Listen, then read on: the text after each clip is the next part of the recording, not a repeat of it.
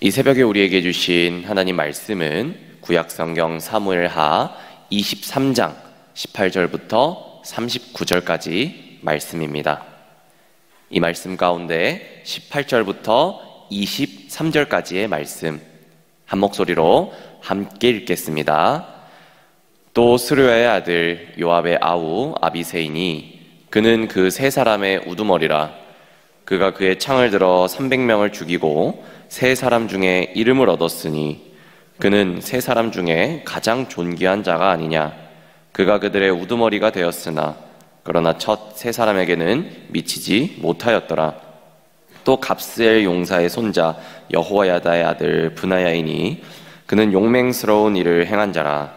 일찍이 모압 아리엘의 아들 둘을 죽였고 또 눈이 올 때에 구덩이에 내려가서 사자 한 마리를 죽였으며 또 장대한 애굽 사람을 죽였는데 그의 손이 창에 있어도 그가 막대기를 가지고 내려가 그 애굽 사람의 손에서 창을 빼앗아 그 창으로 그를 죽였더라. 여호야다의 아들 브나야가 이런 일을 행하였으므로 세 용사 중에 이름을 얻고 30명보다 존귀하나 그러나 세 사람에게는 미치지 못하였더라. 다윗이 그를 세워 시위대 대장을 삼았더라. 아멘. 할렐루야. 복된 토요일 아침입니다. 또 이 새벽에도 모이신 사랑하는 공군중앙교회 모든 성도 여러분을 환영하고 축복합니다. 또 현장에서 또 가정에서 함께 예배드리는 우리 모두에게 하나님의 은총과 은혜가 가득하기를 주님의 이름으로 축복합니다. 오늘 묵상 본문 저희가 사무엘하 23장 18절부터 오늘은 39절까지의 말씀의 본문을 통하여서 저희가 오늘 말씀을 함께 보도록 하겠습니다. 저희는 어제 말씀 사무엘하 23장 1절에서 17절까지 어제의 말씀을 통하여 세 용사의 첫 번째 그룹의 이름을 살펴보았습니다. 요셋바세벳, 엘르아살, 삼마까지 첫 번째 세 용사의 그룹을 함께 살펴보았는데요. 오늘은 어제 본문에서 언급된 세 용사에 이어서 두 번째 세 용사 그룹이 소개되는데요. 함께 저희가 이 인물들에 대해서 살펴보도록 하겠습니다. 첫 번째 인물은 아비새라는 인물입니다. 이 아비새가 어떠한 인물이었는지 오늘 말씀 18절과 19절의 말씀을 통하여서 함께 알아보도록 하겠습니다. 오늘 말씀 18절 19절 함께 읽겠습니다. 또 스루야의 아들 요압의 아우 아비새이니 그는 그 세 사람의 우두머리라. 그가 그의 창을 들어 300명을 죽이고 세 사람 중에 이름을 얻었으니 그는 세 사람 중에 가장 존귀한 자가 아니냐. 그가 그들의 우두머리가 되었으나 그러나 첫 세 사람에게는 미치지 못하였더라. 아멘. 이 아비새는 홀로 적군 300명을 물리친 바 있는 야전의 명수였습니다. 비록 저희가 어제 만나본 첫 번째 세 용사, 첫 번째 그룹만큼은 아니었지만 그는 탁월한 전투 능력과 또 업적으로 두 번째 세 용사의 그룹을 이끄는 우두머리가 되었지요. 다음 두 번째 인물을 살펴보겠습니다. 다음 두 번째 인물은 브나야라는 인물인데요. 이 브나야가 어떤 인물이었는지 오늘 말씀 또 20절부터 23절까지의 말씀 함께 읽겠습니다. 시작. 또 갑스엘 용사의 손자 여호야다의 아들 브나야이니 그는 용맹스러운 일을 행한 자라. 일찍이 모압 아리엘의 아들 둘을 죽였고 또 눈이 올 때 구덩이에 내려가서 사자 한 마리를 쳐 죽였으며 또 장대한 애굽 사람을 죽였는데 그의 손에 창이 있어도 그가 막대기를 가지고 내려가 그 애굽 사람 손에서 창을 빼앗아 그 창으로 그를 죽였더라. 여호야다의 아들 브나야가 이런 일을 행하였으므로 세 용사 중에 이름을 얻고 30명보다 존귀하나 그러나 세 사람에게는 미치지 못하였더라. 다윗이 그를 세워 시위대 대장을 삼았더라. 아멘. 네, 말씀에서 저희가 보신 것처럼 브나야는 모압 아리엘의 아들 2명을 이제 죽였습니다. 그런데 전쟁 업적의 차원에서 보자면 전쟁에서 두 사람을 죽인 일이 그리 높이 평가받을 일인가 싶을 정도로 저희가 생각이 될 수가 있지만 저희가 추측하건대 아리엘의 두 아들이 중요한 지휘관이었거나 또는 아리엘의 두 아들이 이끄는 부대를 섬멸했다라는 의미로 기록되었다고도 저희가 여겨집니다.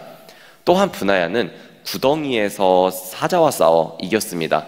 눈 내리는 날씨 그리고 구덩이라는 이 협소한 공간에도 불구하고 맹수를 쳐 죽였다는 것은 그가 삼손 못지않은 장수였다라는 것을 암시합니다. 뿐만 아니라 손에 창을 든 애굽의 거인 장수를 막대기로 이겼다라는 업적은 다윗이 돌팔매로 골리앗을 쓰러뜨린 사건 또한 우리가 떠올리게 하는 것이죠. 브나야의 업적이 이 우두머리 아비새의 것보다 더 길게 나열되어 있죠. 그 이유는 그가 훗날 솔로몬 정권 수립에 큰 공을 세웠기 때문으로 여겨집니다. 여기까지 저희가 두 용사를 살펴봤죠. 아비새와 브나야 저희가 함께 살펴보았고, 이제 세 번째 인물이 등장해야 합니다. 그런데 이제 성경은 이 세 번째 인물에 대해서 생략합니다. 뜬금없이 저희가 24절 이후부터 보면은 30용사의 이름이 등장함으로 이제 오늘 말씀이 마치게 됩니다. 그러면 이제 세 번째 인물은 누구일까요? 아쉽게도 이제 성경은 명시하고 있지 않습니다. 이 생략된 인물은 다름 아닌 요압으로 제가 추측이 되는데요. 그런데 요압은 삼형제의 이름에도, 그리고 세 용사의 첫 번째, 두 번째 세 용사의 그룹에도, 또 심지어는 30명의 용사의 명단에도 이름을 올리지 못하고 있습니다. 요압이 다윗과 함께한 시간으로 보나, 또 본인이 세운 업적으로 보나 요압은 다윗 용사 명단에 이름을 올려야 마땅하고, 그것도 첫 번째 세 용사 그룹보다 더 먼저, 제일 먼저 이름이 올려져야 할 것 같은데 성경은 아예 이제 그의 이름을 지웠다는 것이죠. 여러분들이 잘 알다시피 요압 장군은 다윗에게 있어서 너무나도 충성스러운 인물이었습니다. 그러나 저희가 또 성경을 볼 때는 또 다른 시각으로 함께 볼 필요가 있겠죠. 성경 인물을 볼 때요, 이 요압은 동시에 무자비함과 잔혹함과 피흘림의 대명사였습니다. 그러니까 이 요압은 자신의 정치적 이득을 위해서 서슴없이 칼을 휘둘렀던 사람이었던 것이죠. 평화롭게 해결될 수 있는 기회가 있을 때조차도 본인은 이제 피를 만들었다는 것이죠. 피 흘리게 만들었다는 것이죠. 본인의 정치적 입지가 위태로워질 때면 정적을 가차없이 죽인 이 요압의 모습을 저희가 성경 속에서 발견할 수 있었습니다. 그런 요압 때문에 이 다윗은 잃지 않아도 될 사람들을 잃어버렸고, 또한 잃어서는 안 되는 그런 사람들을 잃었습니다. 하나님이 없는 권력 전쟁에서 요압 같은 사람은 필수적인 인물로 여겨지고, 또 공신의 반열에 이름을 올리고도 남습니다. 그러나 이것은 하나님이 없는 권력 전쟁에서만 한정되는 것이죠. 하나님의 나라에서는 요압이 중요한 사람으로 평가되지 않습니다. 하나님은 그분의 일을 이루는 일에 요압을 소극적으로나마 사용하실 수 있겠지만 요압을 필요로 하지는 않으셨습니다.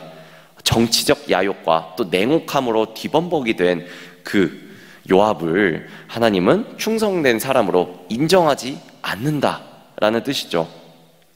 요압 같은 사람들의 이름과 업적은 이 하나님의 역사에서 조용히 사라지기 마련입니다.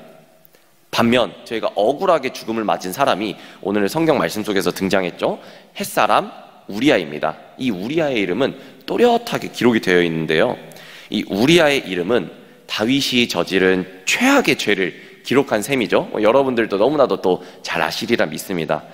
하나님은 요압의 불충과 죄악을 그의 이름을 지음으로써 꾸짖으셨고, 다윗의 불충과 죄는 이 우리아의 이름을 성경 속에 영원히 남기심으로써 꾸짖으셨습니다. 그리고 우리아는 비록 배신을 당해서 억울한 죽음을 맞게 되었지만 그의 이름과 또 그의 충성은 하나님께 영원히 기억되게 될 것입니다. 사랑하는 여러분, 하나님의 나라는 능력보다 충성을, 그리고 업적보다 사람을 중요하게 여깁니다. 다시 한번 말씀드립니다. 하나님의 나라는 능력보다 충성을, 그리고 업적보다 사람을 더 중요하게 여기는 곳이 바로 하나님 나라라는 것이죠. 물론 하나님 나라에서 과업을 이루어내고 만들어내는 것은 굉장히 중요합니다. 하지만 하나님 나라에서 과업은 제일 먼저 사람을 목적으로 합니다. 사람. 하나님 나라에서 과업을 이룬다는 명분으로 사람을 수단으로 삼거나 또 사람을 혹사시키고 또 비인과나 하는 일을 당연하게 여긴다면은 이 매우 아이러니한 일이 아닐 수가 없죠.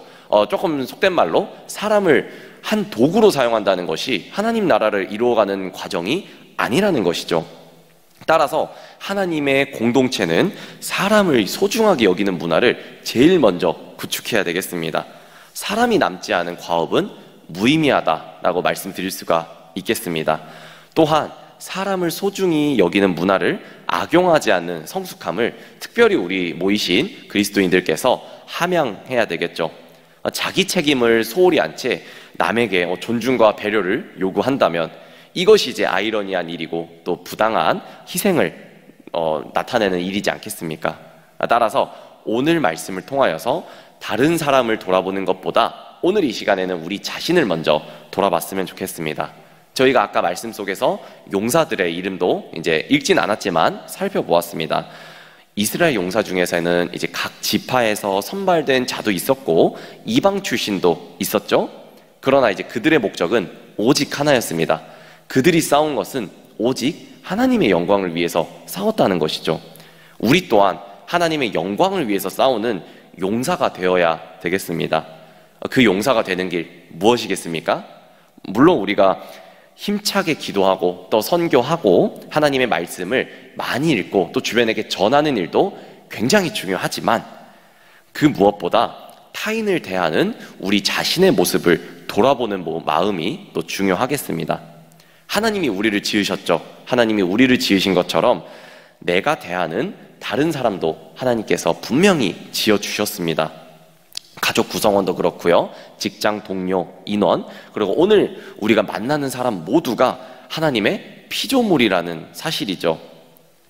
벌써 한 주를 마치는 토요일이 왔습니다. 한 주를 돌아보면서 여러분의 모습도 돌아봤으면 좋겠습니다.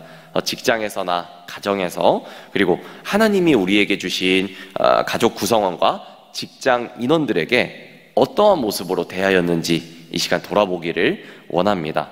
깨끗한 마음으로 주께 충성하고 또 진실한 마음으로 사람을 소중하게 여기면서 하나님의 나라와 의를 이루어 가시기를 주님의 이름으로 축원드립니다. 함께 기도하겠습니다. 사랑의 하나님, 우리는 무엇을 이루었습니까? 또 우리가 이루고자 하는 것은 무엇입니까? 또한 하나님 안에서 우리에게 충성이 있는지 다시 한번 돌아봅니다. 업적주의에 속지 않게, 그리고 능력주의에 현혹되지 않는 우리 마음이 될 수 있게 인도하여 주시옵소서. 무엇보다 사람이 남는 업적을 이루게 하시고 또 충실함과 헌신함으로 열매를 맺는 삶이 될 수 있도록 주님 인도하여 주시옵소서. 하나님 없는 역사가 아닌 하나님 나라의 역사에 기억되는 인생이 되기를 소망하며 오늘의 한 주를 돌아봅니다. 하나님, 내가 사람보다 또 업적과 나의 또 능력과 그런 이제 공을 쌓는 일에 내 마음을 두지 않았는지 돌아봅니다.